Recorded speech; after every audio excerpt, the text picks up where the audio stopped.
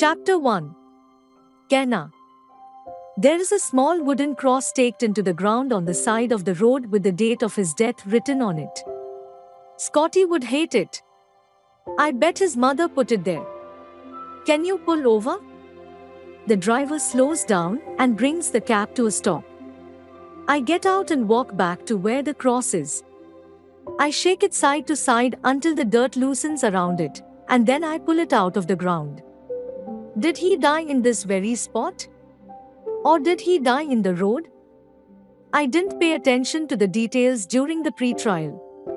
When I heard he had crawled several yards away from the car, I started humming so I wouldn't hear anything else the prosecutor said. Then, to avoid having to sit through details if the case went to trial, I pleaded guilty. Because technically, I was. I may not have killed him with my actions, but I definitely killed him with my inaction. I thought you were dead, Scotty. But dead people can't crawl. I walk back to the cab with the cross in hand. I set it on the back seat next to me and wait for the driver to pull back onto the road, but he doesn't. I glance at him in the rearview mirror, and he's staring at me with a raised brow. Stealing roadside memorials has to be some kind of bad karma. You sure you want to take that? I look away from him and lie. Yes. I'm the one who put it there. I can still feel him staring at me as he pulls back onto the road. My new apartment is only 2 miles from here, but it's in the opposite direction from where I used to live. I don't have a car, so I decided to find a place closer to downtown this time so I can walk to work. If I can even find a job. It'll be difficult with my history and lack of experience. And, according to the cab driver, the bad karma I'm probably carrying around right now. Stealing Scotty's memorial might be bad karma, but one could argue that leaving a memorial up for a guy who verbally expressed his hatred for roadside memorials could be bad karma as well. That's why I had the driver take the detour down this back road. I knew Grace probably left something at the location of the wreck, and I felt I owed it to Scotty to remove it. Cash or card? The driver asks. I look at the meter and pull cash and a tip out of my purse and hand it to him after he parks. Then I grab my suitcase and the wooden cross I just stole and make my way out of the cab and up to the building. My new apartment isn't part of a huge complex. It's just a single standing unit flanked by an abandoned car lot on one side and a convenience store on the other. Plywood covers a downstairs window. Beer cans in various stages of decay litter the property. I kick one aside so that it doesn't get stuck in the wheels of my suitcase. The place looks even worse than it did online, but I expected as much. The landlord didn't even ask for my name when I called to see if they had any vacancies. She said, "We always have vacancies. Bring cash, I'm in apartment 1. Then she hung up. I knock on apartment 1.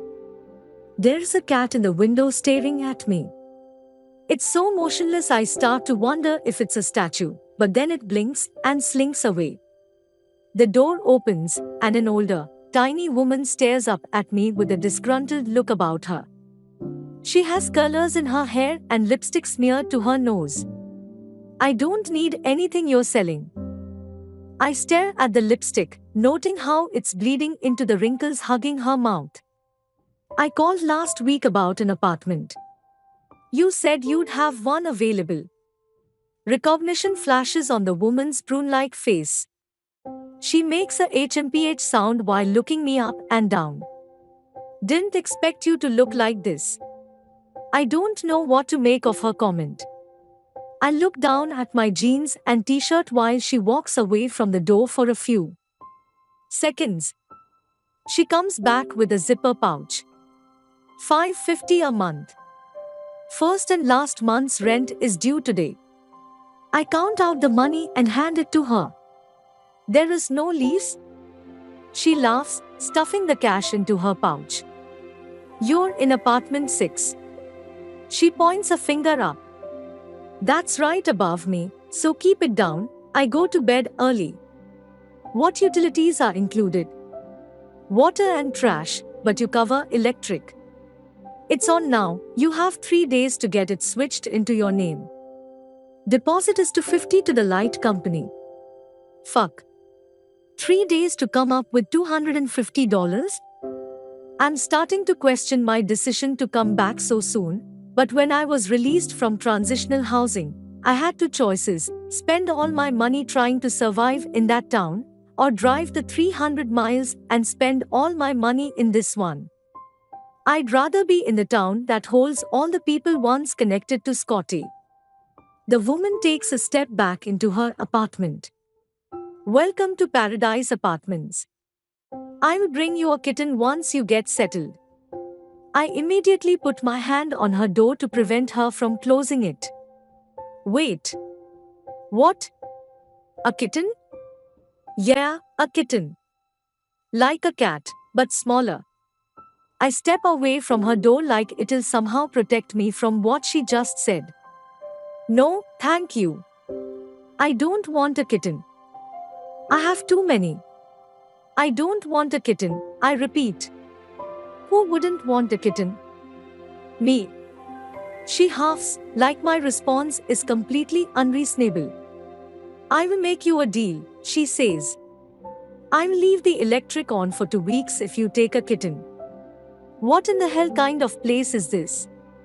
Fine, she says, responding to my silence as if it's a negotiation tactic. The month.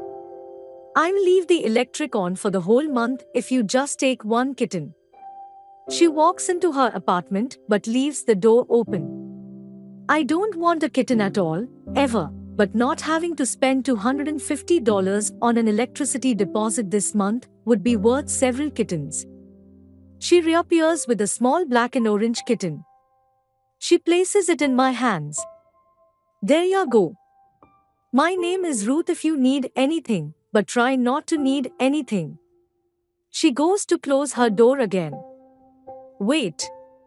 Can you tell me where I can find a payphone? She chuckles. Yeah, back in 2005. She closes her door completely. The kitten meows, but it's not a sweet meow. It sounds more like a cry for help. You and me both, I mutter. I make my way toward the stairs with my suitcase and my kitten.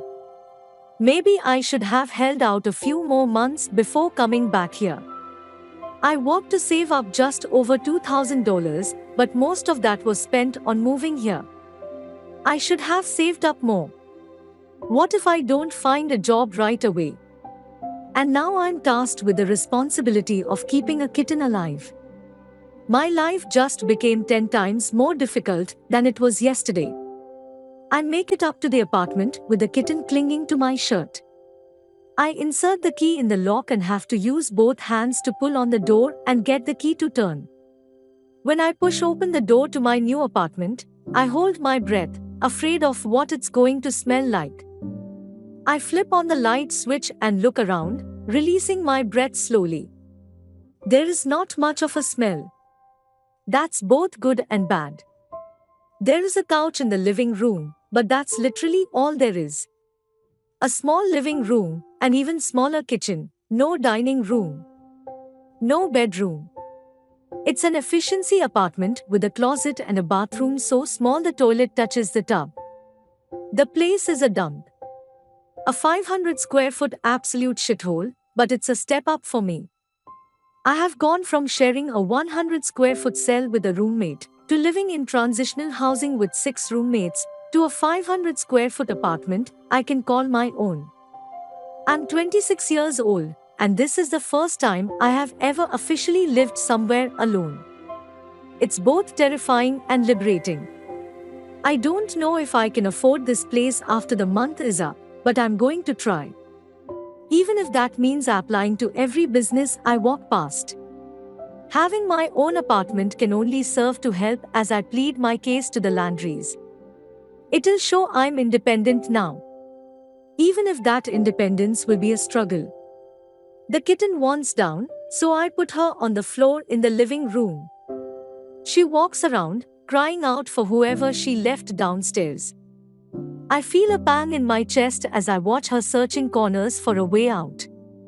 A way back home. A way back to her mother and siblings. She looks like a bumblebee, or something out of Halloween, with her black and orange splotches. What are we going to name you? I know she'll more than likely be nameless for a few days while I think about it. I take the responsibility of naming things very seriously. The last time I was responsible for naming someone, I took it more seriously than I have ever taken anything. That could have been because the whole time I sat in my cell during my pregnancy, all there was to do was think about baby names. I chose the name Diem because I knew as soon as I was released, I was going to make my way back here and do everything in my power to find her. Here I am. Carpe diem.